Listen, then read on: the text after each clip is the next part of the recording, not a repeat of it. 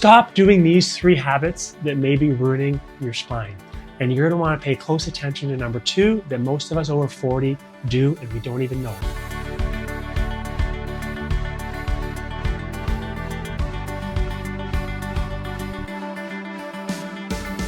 Hi, I'm Dr. Matt Bradbury, family corrective chiropractor, and today we're actually talking about 3 things to be more aware of that may be contributing to your poor spinal health when you're out and about every day.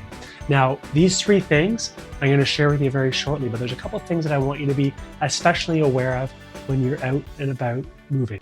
So if you're over 40 and you're struggling with stiffness, discomfort, possibly even back pain, these are 3 simple things that I want you to be aware of when it comes to the health of your spine and nervous system. And these are 3 things that I'll see time and time again, and then I want to help give people a gentle nudge in terms of what they can do outside of the office to help improve the health of their spine. First of all, if you're sitting there watching this, I want you to stand up and pay close attention. A few moments later. You caught me staring down at my phone. Staring down at your phone too much is number 1. And really, when you look at the side, how does that look like? Your neck is cranked and flexed forward, less than optimal. So what I want you to consider is that most of us spend 3 to 5 hours a day on this device. And if you spend 3 to 5 hours a day, that may be 20 hours a week practicing this. So when you consider the health of your spine and nervous system, most optimal in terms of structure and mechanics is going to be stacked up like this. And that's why you see so many setups at the desk and ergonomic designs for you to be looking at your computer screen straight on. So what you want to consider is that if you're constantly doing this 20 hours a week, 50 weeks a year to 52 weeks a year, that's a lot of time spent like that. And guess what? What you practice, you get better at. And this type of practice is not going to be good in terms of the health of your spine and your nervous system. So I want you to consider, to bring yourself back up to here, I want you to do one of these. Take your device, especially if you're watching this right now, take your device and hold your elbow. I want you to start doing one of these from the side. And you'll see, what have I done? I've gone from this, you know it, the position you're stuck in line, or when you're sitting in for a few moments waiting for somebody, you crank your head down like this, do this. Come up just like this, and when you have to use 2 hands, bring yourself up like this. But that's going to be much easier on the strain of your neck and the health of your spine and your nervous system. So go ahead, make sure you bring it up like this, and you're going to watch the rest of our video in a nice supportive position just like this. Number 2, you probably guessed it, sitting with a slouched posture. And most of us who are heavily involved in our desk jobs end up defaulting just like this. And we spend most of the day like this, and when we're hyper-focused, we get stuck staring at the screen, shifted off to one side with a slouched lower back, which really puts unnecessary pressure in terms of on your discs and how your spine moves. And if you practice this again, guess what? You're gonna get better at it. So if you can imagine, your spine looks just like this and it's optimal in terms of the curve there. All of a sudden you're doing one of these, and again, strain up here, but also that slouched lower back, which is what we're going to focus on in number 2. And I'm going to share with you some things that you can change, because this slouched lower back is going to be no good. And what you want to do is really optimize things by simply standing up. I mean, standing up is going to be the most ideal. Getting yourself a standing workstation, being up like this, but also if you're in an environment where you simply can't stand, you're at a desk or it's harder to, have a better setup. And what I mean by is you need to have a cue. One of the things that I like to do is you can literally just have your phone set. It reminds you to either stand up or make sure you're not stuck like this. And one of the other ways you can do that is make sure your computer screen is at eye level. Everything is nice and even here. You have 90 angles, and you can work in this position. However, you know what's going to happen most likely if you don't have some lumbar support and a chair that's really supported, you're going to end up doing this again.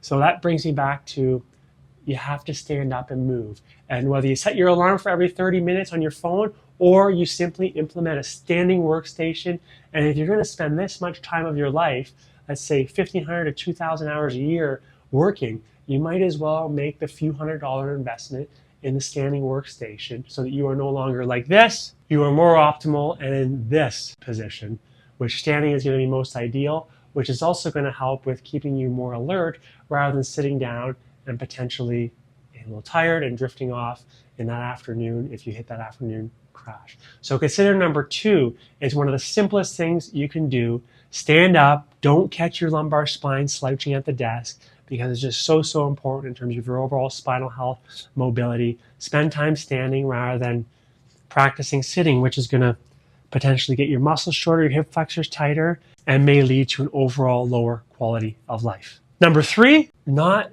doing enough movement. And you may catch yourself. Think about the basics in terms of 150 minutes a week is the recommendation in terms of brisk walking outside. One of the ways that I encourage patients to do that is focus on 20 minutes a day, building this up. 20 minutes at lunch, carve it out for yourself, do it for 2 or 3 months and watch what happens. But A, doing enough movement just in terms of steps during the day, and number 2, doing some basic extension exercises. Now I'm going to show you what those exercises are now, because I feel those are simple and things that everybody can implement. And of course, the next level or the next step would be getting you doing some strength training at least twice a week to help build your lean mass up, help encourage strong bones and lean mass so that things don't become weaker and begin to atrophy over time, which is essentially muscle weakness. The simplest exercise that you can incorporate in terms of extension and waking up those postural muscles in your spine is literally the bird dog. And what you're going to do is start on all fours just like this, and I come out right hand, left leg. I'll pause. I'll do 6 to 8 reps on one side, and then I'll do the other side. Now, if you find yourself and your hips swaying side to side, all you want to do is keep both hands down and work just the legs without the hips swaying. The second exercise you can do, and the last one, is just simply step up from your desk and do some body weight squats. But what you're going to do is either start with your hands up like this, or the more advanced version is start with your hands behind your head, so doing the opposite of what you may be doing at the desk. And what you're going to do is bring your feet just a little wider than your hips, turn your toes 10 to 20 degrees out, and bend at the hips first. So just like this. And I would focus on doing at least 10 of those at every standing break. So if every half hour you stand up, work on your posterior chain muscles. You'll notice the bird dog and the squat working a lot of the muscles on the posterior of your body, which when you're sitting like this and your lumbar spine slouched and you're stuck forward and you're spending time on the phone, waking up all those posterior chain muscles is going to be key in terms of helping improve the quality of life and getting more out of each day.